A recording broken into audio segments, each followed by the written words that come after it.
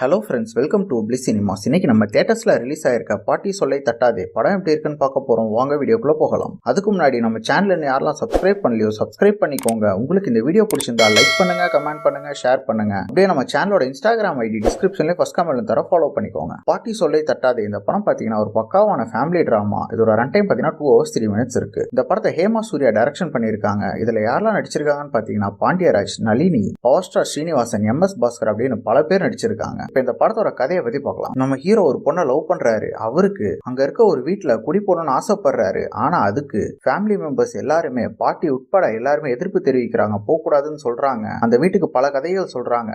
அதே மீறி நம்ம ஹீரோ அந்த வீட்டுக்கு போறாரு. அதுக்கப்புறம் இந்த படத்துல என்னென்ன சுவாரஸ்யமான சம்பவம் நடக்குது அப்படின்றது தான் இந்த படத்தோட மீதி கதையே. இப்ப இந்த படத்தோட பாசிட்டிவ் நெகட்டிவ் பத்தி பார்க்கலாம். பாசிட்டிவ் பார்த்தீங்கன்னா பெர்ஃபார்மன்ஸை சொல்லலாம். படத்துல நடிச்சிருக்க எல்லாருமே லெஜெண்டரி ஆக்டர்ஸ்.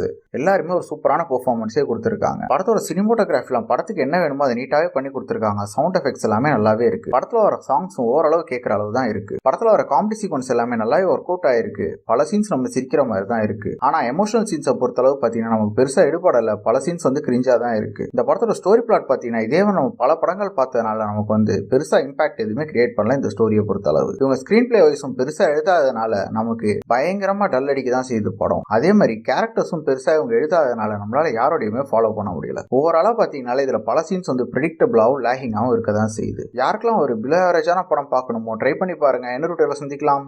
தேங்க்யூ.